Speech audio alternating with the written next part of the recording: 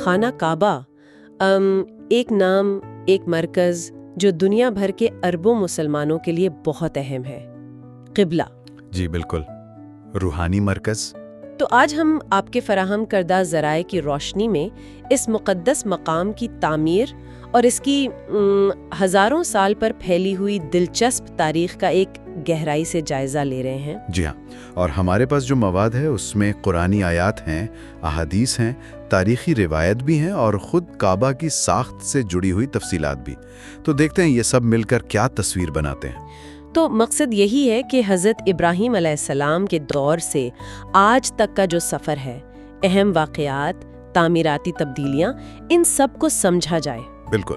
تو شروعات ظاہر حضرت ابراہیم علیہ السلام سے ہوتی ہے، جب اللہ کا حکم آیا کہ حضرت حاجرہ علیہ اور ننھے اسماعیل علیہ کو مکہ کی اس وقت تو بے آب و گیا وادی تھی، وہاں چھوڑ آئیں۔ جی، اور وہیں پھر وہ معجزہ ہوا، زمزم کا چشمہ پھوٹ پڑا، اسی سے وہاں زندگی شروع ہوئی۔ اور پھر سالوں بعد اللہ نے حضرت ابراہیم اور حضرت اسماعیل یعنی باپ بیٹے کو حکم دیا کہ کعبہ کی بنیادیں دوبارہ اٹھائیں۔ جی، جیسا سورۃ البقرہ میں ذکر ہے، مقصد بالکل واضح تھا، صرف ایک اللہ کی عبادت۔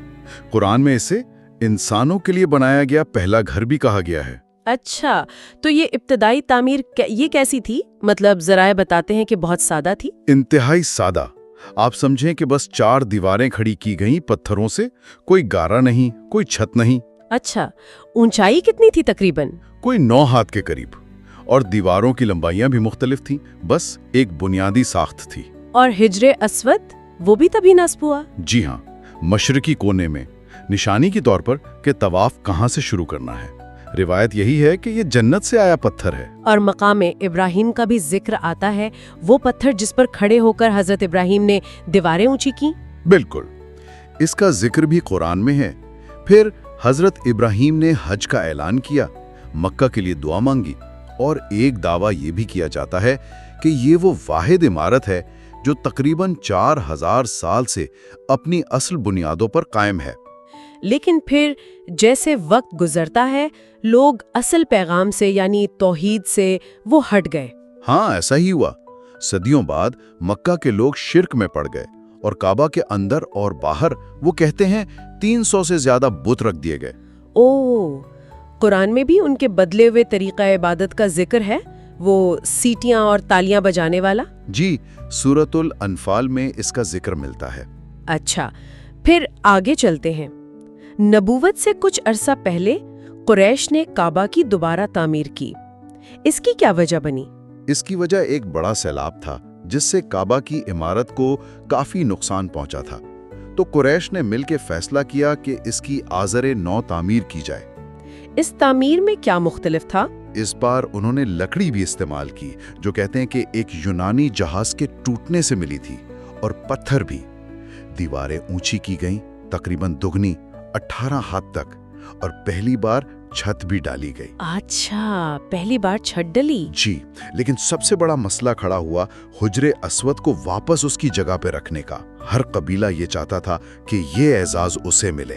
ہاں، یہ بہت مشہور واقعہ ہے، قریب تھا کہ خون خرابہ ہو جائے۔ بالکل، تبھی نوجوان محمد صلی اللہ علیہ وسلم، جو اس وقت نبی نہیں بنے تھے، انہوں نے کمال حکمت سے یہ مسئلہ حل کیا۔ وہ چادر والا واقعہ ہے نا؟ جی وہی۔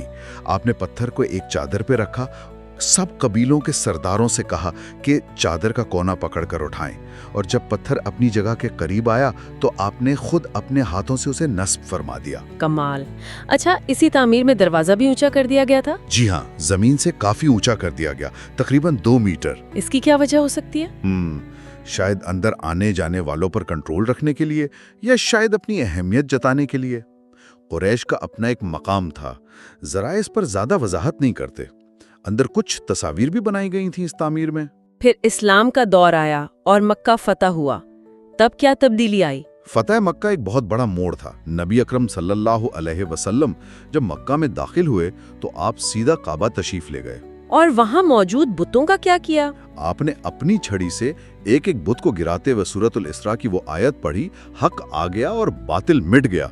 یوں کعبہ کو دوبارہ خالصتاً اللہ کی عبادت کے لیے وقف کر دیا گیا۔ ایک اور اہم واقعہ تحویل قبلہ بھی تھا۔ جی بالکل،